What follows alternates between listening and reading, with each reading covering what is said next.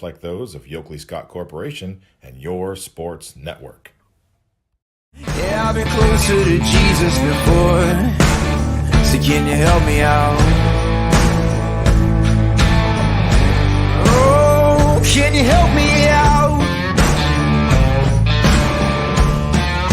Am I on my own? Am I on my own? Or can you help me out? Am I on my own? Am I on my own?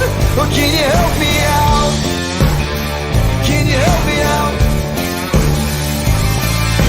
I've been scared to look in my soul.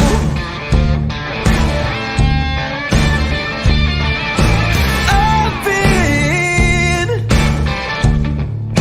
afraid I would follow the road. Yeah, afraid of the things I've been told. Hello, everybody. Welcome inside a Thursday episode of Running Point on ysnlive.com, brought to you by Greenwood Chevrolet in Austintown. Anthony Hartwig with you, and it's the first Thursday in February. It's cold, but we're happy to be here. Greenwood Chevrolet in Austintown goes the extra mile for you, and we try to do the same here on YSN and on Running Point. And we thank them every day for their continued sponsorship of not just this show, but everything that we do at YSN. We have basketball finals to talk about from last night. We had some big moments as well. Let's go over the scores that came in first. Warren JFK beat St. Thomas Aquinas in a close one. 38-33, Eagles on top of that one. Canfield has one more game to complete an undefeated AAC season. They've already clinched the championship. That's done. But they win last night over Warren Harding 54-31. The only team that stands in their way of an undefeated AAC season is going to be Howland, which is their next up opponent. Salem got a share of the EBC last night. 43-29, they get the win over West Branch. We look at the numbers and the scores and the stats for this one. Abby Davidson led Salem with a double-double. 13 points, 11 rebounds for her. And then we have Cammie Rome finishing with 13 points as well. 8 rebounds, so just 2 rebounds shy of a double-double. Riley Hutton had 9 points for the Salem offense. West Branch was led by Sophia Gregory with 12. Chloe Dennison had 8, and Livy Showalter had 6 for the Warriors. The Quakers will travel to Fitch on Saturday. West Branch has senior night on Saturday afternoon as they host Springfield. That tip-off is scheduled for noon, JVs at noon, so the varsity should start around 1:30 with senior night festivities in between. So the Quakers, though, they get the EBC championship. They get a piece of it with that win over West Branch, and you'll look at the game and the way it went. Very, very close until the fourth quarter, where Salem outscored West Branch 15-2. They had a 1-point lead going into the fourth quarter. West Branch was right there the whole night, and then the dams just broke, and Salem's defense locked down, and their offense kind of exploded. That was their biggest quarter of the day, 15 points. And it was almost like Salem was saying, there's no way we're going to lose this game. They knew what was at stake. And I just felt like watching it. And by the way, shout out to Michael Janaki for a heck of a call. He does that game very well, because obviously it's easy to get a little biased with a rivalry like that, and being the voice of West Branch. But he called that game so well, like he always does. But, I felt like watching it in the fourth quarter, there was almost like a little switch that Salem turned on that said, like, there's no way we're losing this game. There's just no way we're giving up a share of the EBC championship. It's right there in front of us, right there on our feet. And it was just like, we're done messing around. We're done playing around. We're not going to lose to this team, not this year. But remember, before last year, where Salem, when Salem swept the Warriors on the season series, beat them both times, West Branch had Salem's number for a long time before that. So I still think there's some still rust there, and there's still some animosity there between that. with this team, they might have had our number for a couple of years. They're not beating us tonight. They're not taking away this EBC championship. And you felt like that in the fourth quarter when Salem scored 15 and only gave up 2. Final score there was 43-29. Salem gets the win. And that just goes back to my point that I've made a couple of times this season. Their offense is more dangerous this year, which I think means they're a more dangerous team in the tournament, because last year they played such great defense, but sometimes their offense got into a little bit of a lull, a little bit of a dry spell. And this year, they're actually, Coach Hamilton informed me on Saturday against Ursuline. I was like, well, you're playing really good defense, but it's not, I was under the impression it didn't feel like they were playing the historic defense they played last year. They're playing better defense. Going into Saturday, they were averaging giving up 29 points per game. Last year, they averaged 33. So if that trend keeps up, they'll break last year's record of defensive points given up per game. So you do that, and it just, I was telling her it didn't feel like it. Maybe it's because they're scoring more. I don't know. You just watched Salem's team last year, and like I said, maybe it was because they were really relied on that defense a little bit more to win, but it just felt like they were playing just like top level defense last year, and it just felt like this year wasn't there. But it is. It's even better, actually. The numbers back that up, and that's why numbers don't lie, and sometimes perception does. We go on to some more scores. A big one in Louisville as they were able to go on the road and beat North Canton Hoover 60-42. And a shout out to Taryn McGlitch of the Leopards, who breaks Louisville's program record for 3-pointers made in a season. She is a lockdown 3-point shooter, and she's having a heck of a year. So congratulations to her. Archbishop Hoban went to St. Vincent St. Mary and lost to one of the best teams in the state. It's 53-36. St. V's has 4 state championships, 7 district championships. They're a good basketball team, that's for sure. Hoban loses that one. We do have another score in as well, as Ursuline got the best of East, 50-47. And this goes into this East girls basketball team. Their record might not show this, but man, wait until you hear these scores inside the Steel Valley Conference. I'm pulling them up right now because they have been right there, just unable to make those game-winning plays. They're a couple of plays away from winning the Steel Valley Conference this year. So against Mooney, they've played them twice. They lost by a combined 6 points in 2 games. And against Ursuline, 2 games, they lost by a combined 6 points in 2 games. So East, I mean, right there. They just have to make a couple of more plays, and they could be undefeated in the Steel Valley Conference, and they could have won that conference as well. But it wasn't to be. They couldn't make the plays down the stretch. This one went into overtime, but Ursuline was still able to win 50-47. It just goes back into this East team is good. They're dangerous. If they just make those situational basketball plays down the stretch, they could be, even a higher seed in the tournament. So I think if you play East in the district tournament, you definitely don't want to sleep on that team. Remember the start they had, they were in the power rankings. They were setting the world on fire, right? So East is hard to prepare for because I've said before, they don't really run an offense per se. They don't have a lot of set plays. They just kind of ISO and use their talent, their athleticism to make plays happen. They just go kind of, for a lack of a better term, just go play street ball a little bit. They just kind of use their athleticism to win one-on-one matchups. They don't really have a lot of intricate set plays that they're trying to, trick you to high screens and things like that. So East on the other end, they're just playing really good basketball. They just haven't been able to finish inside their conference with really close games against the top 2 teams with Moody and Ursuline.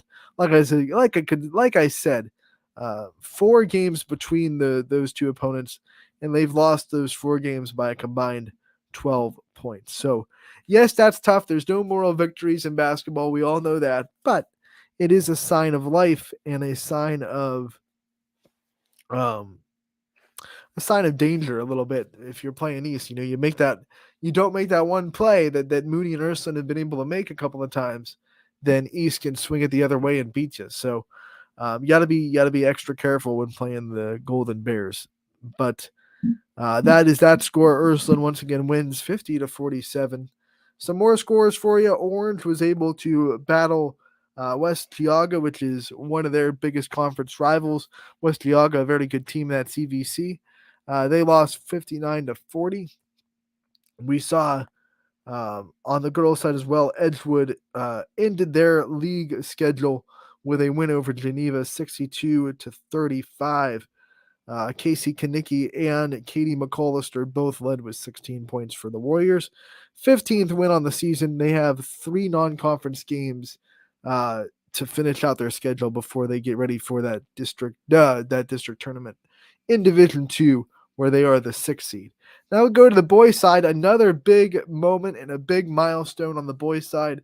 Newton Falls head coach Roy Simbach gets win number 500 as Newton Falls wins over Crestview 61-50. And me and Ty have talked about Coach Simbach before and the legend he is in the area. There aren't too many coaches that can't say that they have learned something from Coach Simbach, whether it be coaching with him, whether it be competing with him and just getting the chance to talk with him. He has mentored so many great coaches in the area, and especially with this generation of coaches that are up and coming. I don't think there are too many you can talk to, and they wouldn't say that in some way, shape, or form. Their philosophy and their ability to coach has been shaped by Coach Simbach. I mean, he is a legend. He has been just the second coach in Newton Falls basketball history, and they started their program back in 1955. So that tells you how long he's been doing it. And 500 wins for him last night, 61-50. Newton Falls gets the win over Crestview. And we'll look at the stats real quick. We'll pull up the recap from ysnlive.com to tell you who kind of led the Tigers on the night. It was Alex Pennington, 21 points for him. Dom Greathouse was in double figures with 12. And then Mac Haydett finished with 7. Kirkland Miller was the leader for the Rebels with 17 points. James Best finished in double figures as well with 11. Next up for Newton Falls, they will go for an MVAC championship with a game against Garfield on Friday. They continue their quest, I should say. Remember, they're alone in the top spot now since Brookfield beat Liberty on Tuesday. So they are sitting alone in the top spot for now. They'll have a game against Garfield on Friday, and it will be Crestview going to Camel on Friday. So Crestview goes to Camel on Friday. Newton Falls plays Garfield on Friday. And that MVAC tier still up in the air. Brookfield and LeBray are still one game back, but Newton Falls is trying to lock down that MVAC championship. 14-3 on the season now overall. And another impressive note, by the way, if you didn't know, if you're not following the MVAC and you didn't know Newton Falls, they're not playing in their home gym. Like their home gym, water damage and that big snowstorm that happened in the middle of December, they've been playing at Lordstown. So they got that win for Coach Simbach at Lordstown. They're playing their home games at Lordstown. So they're doing all this success in the MVAC, going for an MVAC title, and they're doing it without their home gym. They don't have a home right now. They're playing in Lordstown. That's their home. So makes it even more impressive for Newton Falls. What a great story, and we hope the Newton Falls continues, and we congratulate Coach Simbach, who's been on this show multiple times in the last couple of years. Great friend of the show, great friend of YSN. We congratulate him for his 500th career victory. Newton Falls beats Crestview. Those are your scores from last night. It was a big night of basketball, like I said. We had a couple of more championships, league conference championships decided. Marlington won, by the way, on their side, so they did earn the share of the EBC championship. Salem and Marlington will share it this year. And we also saw, like I said, we saw Newton Falls keep their lead. But we saw Taryn McGlitch become the program leader in three-pointers in a season. So a lot of big moments, despite there being a little despite it being a slow night of basketball. Not too many games on the network, but we had a lot of big moments happen last night, and we congratulate everyone for their milestone achievement. Taryn McGlitch for the record breaker. We congratulate Salem for getting a share of the EBC, and then of course, Coach Simbach for winning his 500th career game. We have some interviews for you today that we're going to get to now. We're going to have two interviews that we're going to play for you, and they're both going to be NE8 interviews, one on the boys' side, one on the girls' side. We will start with the boys, and it will be Thomas Cardero from Girard, who is currently leading the NE8 by one game over Jefferson and South Range. Thomas Cardero, a big reason why the tandem of him and Gus Johnson has been giving a bunch of people problems this year. We talked to Tom about that relationship with Gus Johnson and the dynamic duo that they are, and a bunch more in this interview with Girard's leader, and we hope you enjoy it. Senior Thomas Cardero on Running Point. Anthony Hartwig here with a Girard basketball player profile. I'm joined by Thomas Cardero, one of the top players in the area this year so far. Tom, thank you so much for taking the time to join us today. Yep, thank you for having me. All right, so this Girard basketball team has been so fun to watch this year. You've taken kind of the next step as a team. Last year, you were the thorn in everyone's side of the NE8. This year, so far, you're the top dog. You're in the top spot right now in the NE8. What's been the difference between last year and this year from your perspective, and the reason this Girard team has taken that next step as a basketball team? I think a little bit has been like the mindset. We've really set our sights on a lot of those bigger achievements. Winning the conference, going far in the tournament, and a lot of it also is just growing as a team. A lot of the seniors on this team, we've been playing together since fourth, fifth grade. And we've really grown together as that time's gone on. You're not going to get through a season inside this conference either without some adversity, and you guys have definitely faced your own share. How have you bounced back from that? And every time you lose, you're right back into it, and here you are still at the top of the conference. So how have you bounced back from the adversity this year? We just keep working hard. One of the things that one of our coaches tells us before every game, if you win this game, you're 1-0. It doesn't matter, how far you're into the season. You just got to take it game by game. And, if you lose, you got to come back the next day and work even harder at practice and just put your focus on the next game. We look at the scores in the NE8, whether it be a game that you're playing in or a game that other teams are playing in, it seems like everything is close. I mean, there are a ton of close games this year. You've been on the right end of some, you've been on the wrong end of some. What's it been like for this team to play in so many close game scenarios and have that kind of experience down the stretch? I think it really helps us, especially, come times like playoffs and, big games like we have this week where, we could clinch, a conference title. We just, we want to learn from these games, win or loss. We want to take the good and keep using that and take the bad and start to build off of it. All right, when the game is close down the stretch, what's going through your mind as a player? What are some things you're telling yourself to keep yourself calm, cool, and collected down the stretch? You just want to win the game. You're so focused. You don't think about anything else that's going on. Outside of the game. You have to have 110% focus on the game coming up and everything that's going on. Whether it's you're in a timeout, you're standing at the free throw line. Everything has got to have your complete focus. You have a lot of great teammates that help you, but when teams, do a scouting report on Girard, there are two players that they, without a doubt, circle the most on their scouting report. That's you and Gus Johnson. You guys are like a tandem, a 1-2 punch. What's it been like going through this with him and being able to kind of have him on your team and succeed right along with him? I mean, it's been great. There might be a night, my shots may not be falling, but Gus gets going. It's just been really good having a teammate like him. He can make some plays a lot, and have a lot of other teammates that can make plays too. So it's really nice having that. I want to ask you about this Girard community. Every time we get to a Girard game, whether it be home or away, the student section pops up. The community is there to support you guys. What's it like knowing that you have such a big following behind you? Oh, it's great. There's no better feeling. It really, when we're at home, it feels like we have a true, home court advantage. And even when we're away, we still have a lot of supporters, and even sometimes more than the home team. So it's just really good to have that behind you as well. And you talk about that home court advantage. We feel it in every sport when Girard's in that gym. Every team has something about their gym that makes it feel like home to them. What is it about your home gym that makes it feel like it's a home for you? I think just, growing up in that gym, playing in it so much, and we all have that experience in there. And I think another one is just having that home crowd. regardless the game, regardless the occasion, we're always going to have a bunch of people packed in that gym. All right, I want to talk about your family legacy at Girard because there's a lot of Carderos in that Girard alumni group. Your family has been, loud and proud Girard for a long time. What's it like continuing the family legacy as an Indian? It's great. My dad went to Girard. I have a lot of family, a lot of relatives. My cousin's still the wrestling coach here. It's a good feeling, to be continuing that legacy.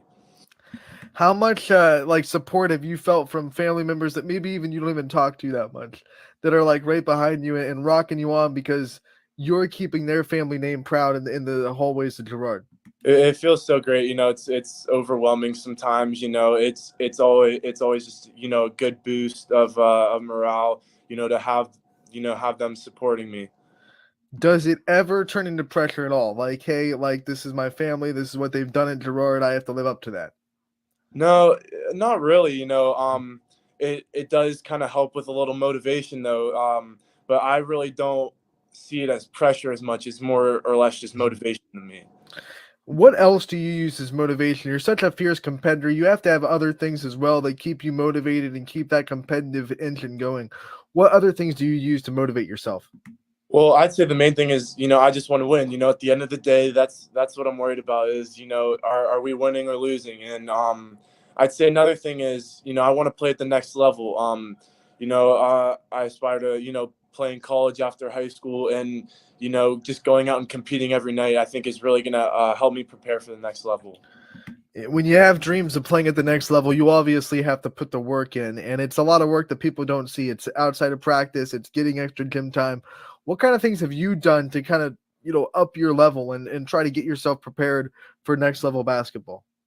Well, I think the main thing has just been, those extra hours, outside of practices, during the summer, early mornings, late nights. Another thing that I think has really helped me over the last couple of years was playing AAU basketball with PK Flash, Pittsburgh-based AAU team. They're great coaches, great teammates. I got to travel a lot with them and play some really good competition. You are, speaking about coaches, you are blessed to be coached by one of the more respected high school coaches in the area with Coach Hannon. What's it been like to be under him, and what has he taught you, not just about basketball, but about yourself and about life in general? I mean, it's good to have a coach like him. Very personable. He'll pull you aside, talk to you about something. He's helped me a lot with this, college process too.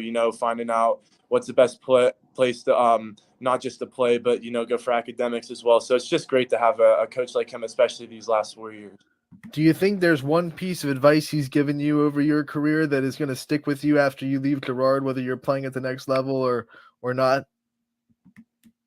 I'd say the one thing is rebounding. He's always kind of preached that to me. And I've kind of taken that to heart. And rebounding is something that I love to do on the court. It's just something I love to do, and he's really preached that. All right, as we talk about your work ethic and the work you've put in, obviously you didn't come out of the womb with a really good basketball talent. What was the hardest skill that you kind of had to master throughout your basketball career? The one that you struggled with the most, that now you're sitting your senior year and you're saying, okay, I've really gotten to that point where I'm good at this, but it really took me a long time to get it. I'd say the main thing was probably ball handling. Growing up, I was big, for my age, always growing up. So I was always just one of those kids, just throw it to him in the post and then just one dribble, shoot it over a kid. But as I developed as a player, it became more and more important to be able to handle the ball, and handle pressure. And I think that's one thing that even my coach Hannon and my dad have really harped on over these last few years. With the success you're having, eyes get locked on you, and specifically the eyes of the younger kids at Girard, whether they be junior high, middle school kids, whether it be elementary kids that want to be in your shoes one day when they get into high school. What's it feel like to you that knowing that you're kind of a role model to these young athletes that want to be in Girard's shoes and Girard's high school program when they grow up? It feels surreal to have people looking up to me. Whether it's like you said in elementary school, middle school, to have people looking up to me and wanting to be in my shoes. It's just a surreal feeling. That I'll always remember. What about the younger players on this team and the way they are able to look up to you as well as a leader, and the future of this Gerard program really being hinged on the legacy you leave? How much have you helped impact this Gerard team this year? Well, I just want to, help build them up, for these coming years, when they're going to be the ones making big plays down the stretch and handling pressure. I just want to help build them up and help them become better basketball players and better people as well. As we talk about you at the next level, what kind of things do you look for in a program and in a coaching staff that you want to be coached by in the future? Well, I probably coaching staff, I want coaches, that are going to be supportive, but are also, they're going to get on me when they need to. Um, when looking at a school, I want a place that I'm going to be able to go play. I don't want to sit my first year, 2 years, and just not have any playing experience. And then I also want, a good place that's going to have really good academics as well. Obviously, all those things are more important than this next question, but it's also a factor. Do you want to travel or do you want to be closer to home? Which one or would you lean towards if that was a factor at all? I wouldn't mind either. If I were to pick one, I would probably say travel. I wanna go out, see some things, play new competition. But at the same time, it's also nice to stay home, be close to my family, be close to Gerard too, but if I had to pick, I would say I'd probably want to travel. If that happens, you'd be living on your own somewhere far away from home. What would be the one thing that would make you the most nervous about being away from the home? Just being away from family and people I know, I haven't always been the best, with meeting people and getting to know people. But I think that's one challenge that would be really good for me to overcome is to learn to meet new people and learn to open myself up to new people. What do you think is one comfort of home that you'd miss the most, or that you would think that you take the most for granted if you moved away? Definitely the food. Having home cooked meals or just local places to eat. I think I'd probably miss that the most. All right, we have a lot of great local restaurants, especially in Girard. What's your go-to spot? My go-to spot, I would probably have to go with Jib Jab, the hot dog shop. Nice. What about you brought up the home cooked meals. What's your family's best meal? What's the one that when this is being put on the dinner table gets you the most excited? Ooh, that's a tough one. I would say there's probably a couple to choose from. I would say either probably mac and cheese, lasagna, or beef. Now you brought up the academics as well. That's really important to you. What kind of things do you want to study in your future? What kind of career path do you see yourself partaking in? So the main thing for undergrad, I was looking for exercise science for the 4-year bachelor degree, and then if past college, basketball doesn't work out, I was hoping to also go to grad school and get a doctorate in physical therapy to become a physical therapist. Is there a life experience that kind of drew you to wanting to be a physical therapist? Is there something that's like a therapist maybe in your life that said, showed you that how much that job could be rewarding, or is it just something that you fell into? I think it's just something I kind of fell into. The last couple of years, I had to go to physical therapy myself. I had tendonitis in my Achilles and in my knee as well, and kind of being there all the time, it was like this seems like something that I want to do. And there's also kind of that aspect where I could still kind of stay around sports because I could still work with athletes and stuff like that. What do you think is the biggest form of adversity that you've had to face so far in your career? And then how did you get past it? Ooh, the biggest thing of adversity. I mean, I think it was probably last year or sophomore year, two, kind of slower seasons. My sophomore season, we didn't have the best record. We had a lot of young guys. But, over the summer and the off season, we worked really hard. And then that junior year, we started out really strong. And then we kind of, started to slow down as the year went on. And then we obviously had a first round exit in the playoffs, and I think that just motivated me even more to just have that drive to win and that hunger to win. All right, before we let you go, I want to give you the chance to give a shout out to your support system, all the people that are there for you in the stands, and whether they're in the stands or not, they're there. They're always there for you. They're supporting you, and they've done that throughout your whole career.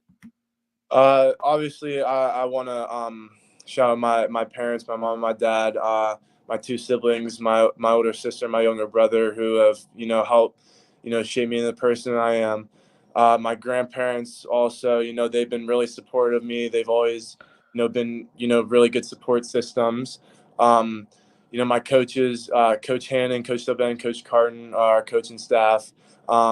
And then also Coach Lewandowski and Coach Madelon, my two AAU coaches, and then all the teammates that I've had, all over the years. That ever since I started playing basketball, I probably can't remember every single one of them, but they've been very important in this journey.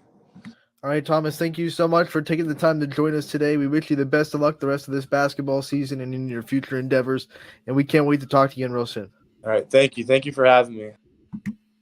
Thomas Cardero from Girard, and he is one of the most prolific players that you'll watch in the Ysn family. Definitely a candidate for NE8 Player of the Year. I think when they make those postseason awards and the coaches vote on them, I don't see how you couldn't take one of the leaders of the first place team if they're able to keep that first place spot. We'll see. Obviously, still a couple of games to figure that out. They're a 1-game lead. One of the favorite parts of that interview, though, was talking about the family legacy that the Carderos have at Girard and how much that is not a pressure but a motivation for him to hold up that legacy. Because you go through a Hall of Fame and you go through the record books of Girard, there's a lot of Carderos there. That family has been in the halls of Girard for a long time. It is a absolute Girard legacy in that family tree. So being able to not make that a pressure point and make it just a motivating factor to say, I'm going to be just as good as my family members were. I'm going to live up to my family standards. And he's done absolutely that. He has absolutely done it. One of Girard's best that we've seen in a while. And hopefully he can lead them to another successful tournament run. And they're definitely having that next step mentality this year, because last year they were competitive. They had a good start and then they fell off a little bit. So this year they're taking that next step. They haven't fell off. Just 2 losses in the league, looking for an NE8 championship. It would be the first one that they've had since the NE8 was conceded. So conceptualized. So we'll keep an eye on Girard. We'll keep an eye on Mr. Cardero and the rest of his season. For now, we're going to take a quick break. And when we come back, we're going to have another interview to play for you. It's going to be on the girls' side of the NE8, senior at Poland Brook Row. What a great interview that was. Can't wait for you guys to hear it on the other side of this break on Running Point, brought to you by Greenwood Chevrolet in Austintown. When looking for home design inspiration, don't just be inspired, be Baird inspired. Whether new or remodeling, Baird Brothers has the latest trends like shiplap to refresh your home. Go from inspiration to installation with our wide selection of in-stock American hardwoods. From the rustic charm of antique oak to the warmth of traditional cherry, Baird Brothers has what you need to make your home inspiring. Baird Brothers, our family's heritage, your family's home. Quality, customer service, and integrity. Those are the 4 words that have driven our success since 1957 at Joe Dickey Electric. Joe Dickey Electric is one Mahoning Valley landmark business that stays current with the requirements of our customers. Family owned and managed, we are an electrical contractor and energy solutions provider. Every member of our team adds to his or her skill set through ongoing training. Residential, commercial, industrial, automotive, and more. We keep ahead of the needs of our customers with a fleet of more than 50 vehicles and 24/7 emergency service, so you're never left in the dark. WRS Wealth Advisors, the area's premier wealth and retirement specialists. Located on South Avenue in Boardman. Your teams work hard and give it all they've got. Well, so does ours, because 21 Sports and YSN give you extra effort when covering local sports. 21 Sports and YSN, winning coverage of our Valley's teams. Hi, I want to tell you about my Trish Yearwood home collection available at Sheely's Furniture. With 2 locations serving Ohio and Pennsylvania, Sheely's is one of the country's top sellers of my home collection. And the best part? At Sheely's, you never have to wait for a sale. They offer everyday low pricing as well as a price match guarantee, so you can shop the Trisha Yearwood Home Collection with confidence. Come see my collection with something to offer for every room in your home and get it all with free local delivery, only at Sheely's Furniture. Welcome back to Running Point on ysnlive.com, brought to you by Greenwood Chevrolet in Austintown. They go the extra mile for you. And we're going to go right into another interview here on this Thursday. We just heard from Thomas Cardero, one of the senior leaders of Girard's boys basketball team, right now sitting at the top of the NE8, 1-game lead over Jefferson and South Range. And now we're going to turn our attention to the leaders of the girls' side of the NE8. In Poland, there's a pretty impressive senior on their wall of seniors. It's Brooke Rowe. In a context, Brooke has gone through not one, not two, but 3 separate knee injuries in her athletic career so far at Poland, but she's fought back from each and every one of them, and she has never given up that aspiration of being on the floor with her teammates. And this year, she's been able to stay healthy and contribute a big piece of what is right now the NE8 leading Poland Bulldogs. A great interview with her. How did she get through it? How did she get through the injuries? How did she get through the fear coming back from an injury? All of that. This is a great interview. Can't wait for you to hear it. So here is Brooke Rowe, the senior from Poland on the girls' side. Anthony Harwig here with a Poland girls basketball player profile. I am joined by Brooke Rowe. Brooke, thank you so much for taking the time to join us today.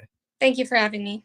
So I think when people know your story, the first question they all want to know is all the adversity that you've kind of faced over your high school career, the knee injuries. How have you kind of kept going through all of it and kept coming back to basketball?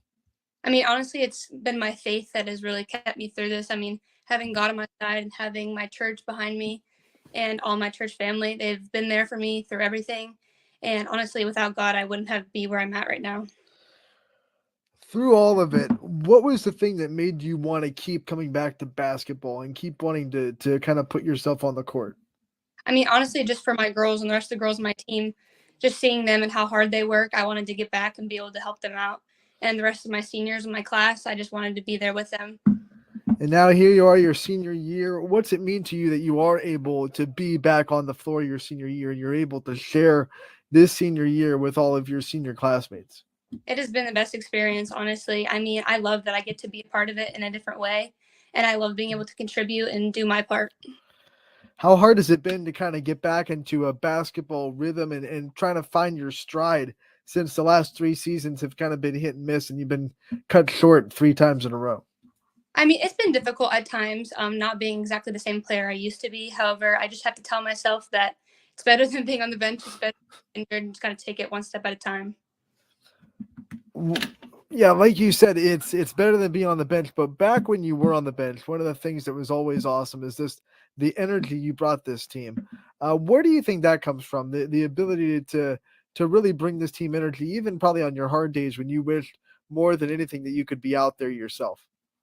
I mean, honestly, those girls, the upperclassmen, when I was younger, they were always there for me. They would always come to my house, and they always brought me cards after my surgery. So I just wanted to be able to give back to them and cheer them on, just like they were cheering me on.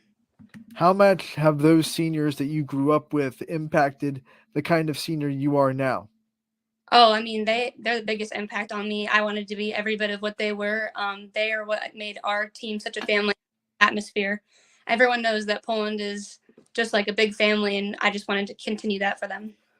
I know there are so many of them, and it might be hard to pick 1 or 2, but if you had to pick 1 or 2 of the seniors of the past that really just, are in the front of your mind when you think of leadership and you think of girls that really taught you how to lead, what are the names that come to mind? The biggest 2 names for me would probably be Kaylin Brown and Ella Harrell. My freshman year, Kaylin was a senior and Ella was a junior, and they were both there for me throughout everything. As a freshman, I went to Barberton with them, which is a pretty big deal, and they were always there to help me calm down my nerves and just tell me to, do my best, and that's who, honestly, I looked up to the most. How hungry is this team to get back to a regional? Obviously, it wouldn't be at Barberton this year with you guys in a new division, but to get back to those regionals where you guys were at the last couple of years. Oh, we're hungry. We're doing the best we can. We're grinding every day in practice, and this team has a lot of fire, and we want to show everyone what we're made of.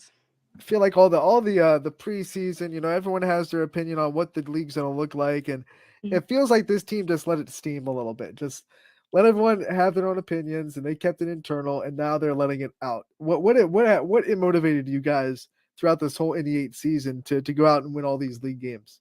I mean, we've seen what everyone said, we saw what everyone thought, and we just told ourselves, well, honestly, Coach Blanche is what's helped us the most. He's just told us, just go out and prove it. We don't need to say anything. How we play is going to speak for itself. Coach Blanche obviously gets a lot of credit for where this basketball program is at. From your perspective, what does he bring to the table, and how has he been able to keep this whole program together throughout the years? He is a fantastic coach, and honestly, just from me personally, he's always keeping in contact with the girls. Doesn't matter if you've graduated or if you're coming up. He's always trying to help you and get to know you, and he wants to know you on a personal level so that he can have that, have that rhythm with you, so that when you're on the team, that he's just always there for you. I don't even know what else to say. I think it speaks for itself. Like, everybody knows that Blanche has always got your back, and he'll always be there for you. People don't know him, he can be intimidating, right? Because he's a big guy, Yeah. he's got a loud voice. What were some of your first impressions of Coach Blanche when you first met him? I was a little intimidated. I mean, I am a shorter person, so he was very tall and very loud, but he is like a big teddy bear. He is the nicest person, and he has such a good heart. Obviously we've been to practices, back pre-COVID, and we've seen him in his action. What is one thing about Coach Blanche that maybe people don't see on the sidelines that you think people should know about him? He's honestly always just looking at what's best for us personally, and especially for me being injured, he's always making sure that I feel comfortable, and he just wants to make every player feel comfortable on the court. And if you don't feel comfortable, he'll take you out. He's always willing to help, and that's just one thing that I think most people don't realize, is that he wants to help us. As we talk about you coming back from those injuries and you getting back on the floor this year and being on the floor the whole season, I imagine that confidence has been something that you've had to really build. How has that been for you? How have you built your confidence this year and your ability not just to score, but your ability to move on those knees and your ability to know that you're going to be safe out there? Honestly, a lot that's helped my confidence is just looking back at where I came from, because I videotaped like my entire journey, and just watching myself relearn how to walk and seeing where I'm at now, it just showed myself how much I'm capable of doing, and that I can just keep pushing all the rest of the way for the senior season. When people come off of injuries like that, they always talk about the mental block that there is at the first to kind of trust your own body, to trust that you're not going to go out and get hurt again. What was that like for you to kind of get past that mental block? Honestly, for me, my first injury happened in soccer, so it was a lot harder, I feel, going back to soccer my sophomore year, because the turf and everything like that. But then when I tore my ACL in basketball, it wasn't as dramatic of a situation. It kind of just like snapped. I didn't like get hit or anything like that. So for me, it's just been not thinking about it. You just have to not think about it, and sometimes that can be hard, but you just got to pretend that nothing ever happened, really. Most players don't have to go through that kind of adversity throughout their career like you have. So what kind of advice do you give to the younger players that hopefully they'll never have to go through what you went through, but if they do have to go through any kind of adversity, what kind of advice do you give them? Just keep pushing. Always believe in yourself, and find people that are surrounding you that help you believe in yourself. And even when it seems hard, you have to keep going, because the sun always comes out. And even when it's hard, and you just got to keep going, it'll get better. We've talked about your teammates that have had you back, teammates in the present, teammates in the past. Who are some people outside the basketball team that you think have really pushed you in this journey and that you wouldn't have been able to get through it without? Honestly, the main person who's helped me the most has probably been my mom. She's been there for me for everything, through the terrible and through the best, and she's always cheering me on. Even when I've had bad games, she's always been the one to be there and be like, just remember where you started. Just remember where you started. And I could not have done it without her. I imagine watching your kid get hurt like that has got to be just the worst thing about it. Were there ever conversations about, hey, do you really want to go back to playing sports after all this? Were there ever that kind of conversation with your parents about like, hey, let's just count our blessings at 3 and call it a day? Yes, my parents were a little hesitant about me playing again after it happened, but again, they've just always been by my side, and they're always cheering me on. So if it's what I wanted to do, then they believe that I could get back and do what I wanted to do. All right, so we've talked a lot about basketball, but also you're an athlete at Poland. You're an academic. You're a scholar at Poland as well. What has it been like going through all this while trying to keep up with school as well? It can be difficult. Honestly, I feel like I've been in that aspect. My junior year was probably my hardest year of school, and I was injured for half the season, so it wasn't as difficult. But this year, with it being my senior year and trying to pick colleges and stuff like that, it's been a little difficult. But at the same time, Coach Blanche, he always leaves us so much off time to be able to keep up on our studies, and he's always pushing us to keep up on our studies, and he checks our grades, and it just helps us to be able to stay on that track. All right, so when I ask athletes about subjects, I start with the one that they like the most. So what subject have you liked the most over your high school career? I'm an English type of girl. I love to read. I love to write. I'm always English.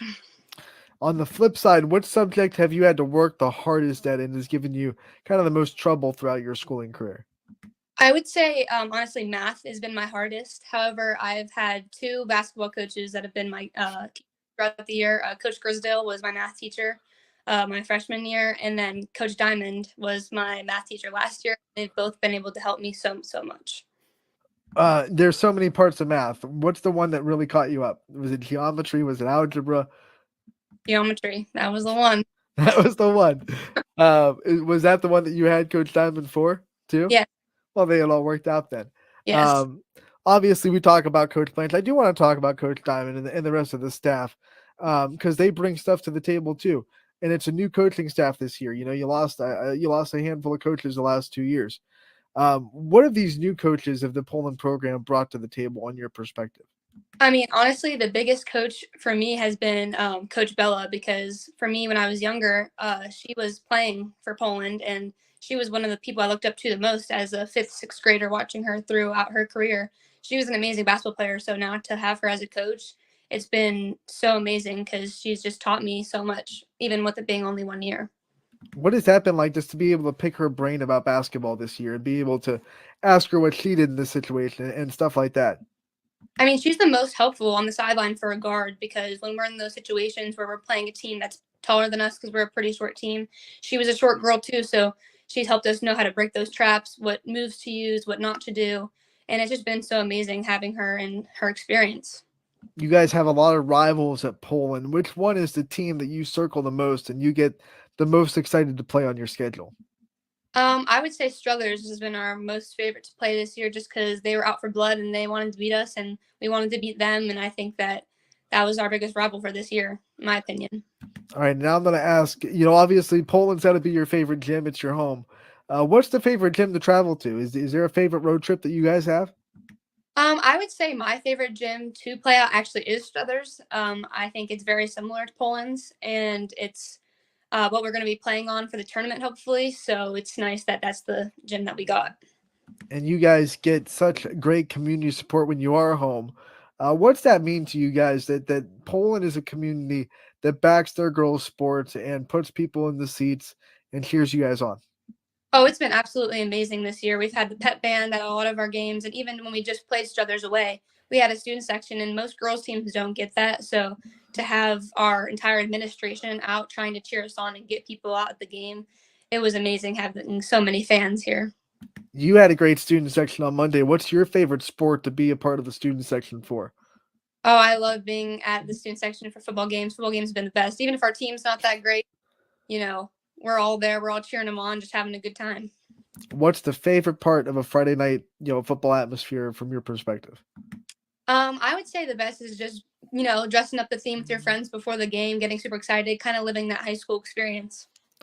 What has been your favorite student section theme? Probably our first game, which was construction. That was my favorite theme. If you could make the theme for your next basketball game, hey, come out to the girls' game and let's have this theme. What theme do you think you haven't seen yet that would be cool? Our team, I kind of want to do that thing where it's pretend YSN. I'm sure I've seen on there. Yes. And it's like YSN. That's a cool theme in my opinion. It better be YSN too. YSN. Don't want to see any ESPN stuff. This is going to be a fun question. How much cartoons did you watch as a kid? That's the first question. Were you a cartoon person? I was more of a Disney Channel type person. Disney? I did Dora and stuff like that, like those. I was kind of into that. Okay, so whatever you watched in your childhood, think back to your childhood shows. And I want to give your senior teammates, because you have other seniors on the team, Mhm. Give them each a personality that fits a fictional character from your childhood. I mean, I would probably say that Ava Niclutis. She's probably like our Hannah Montana. She's always out there. She's outgoing. She's singing around. She's having a great time all the time. That's probably who I would say she is. I don't know. I guess Katie's like a Dora. She likes to go everywhere. She's always getting us in her car. We're going places. Katie's got a big family. She's got a big van. We're all always hopping in Katie's van, going somewhere, some type of crazy place. Sarah's probably a SpongeBob. You know, he's just a crazy person. Sarah is just a crazy person, but we all love her so much. And then Ariana, oh, I don't know. That's a hard one. I'd have to say Ariana's probably like, I don't even know if it's a fictional character that she's like. She's her own thing. Ariana is a fictional character. There She's you just go.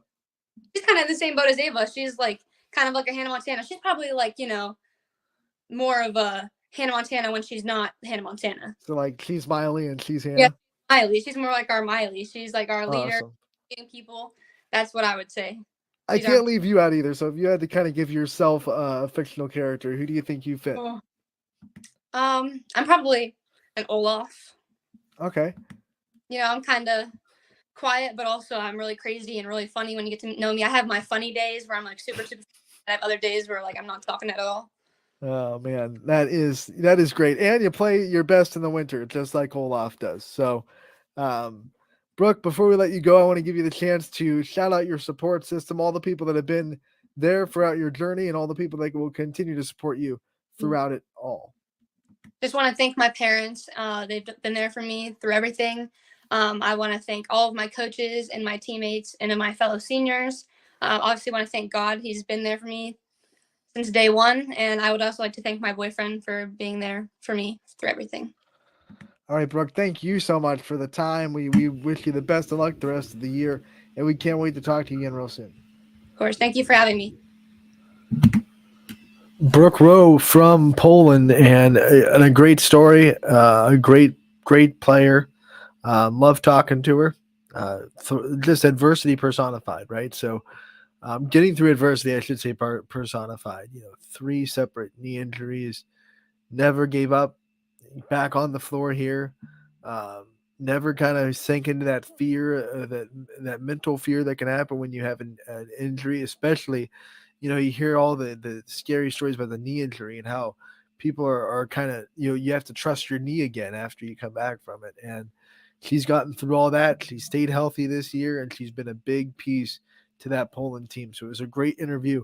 If you missed it or want to see it in its entirety, it will soon be up on our website and our YouTube page as well. We just put up a player profile with Bella Meyer from Champion earlier today. So make sure to check that out as well on our website and our YouTube page. While you're over there, if you feel the need to, or if you want to, make sure to hit that subscribe button as well on our YouTube.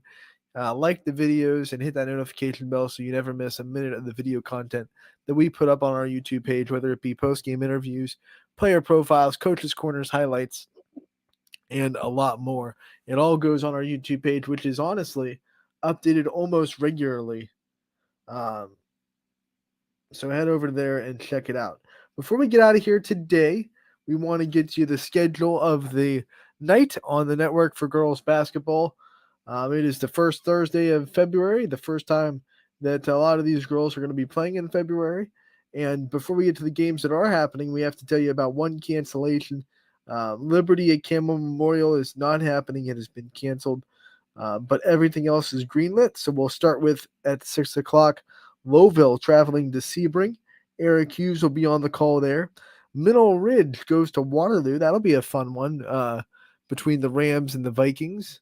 Olivia Booth and Ava Hewlett going up against Kara English and Rose Couts and Abby Mazur. It's going to be fun.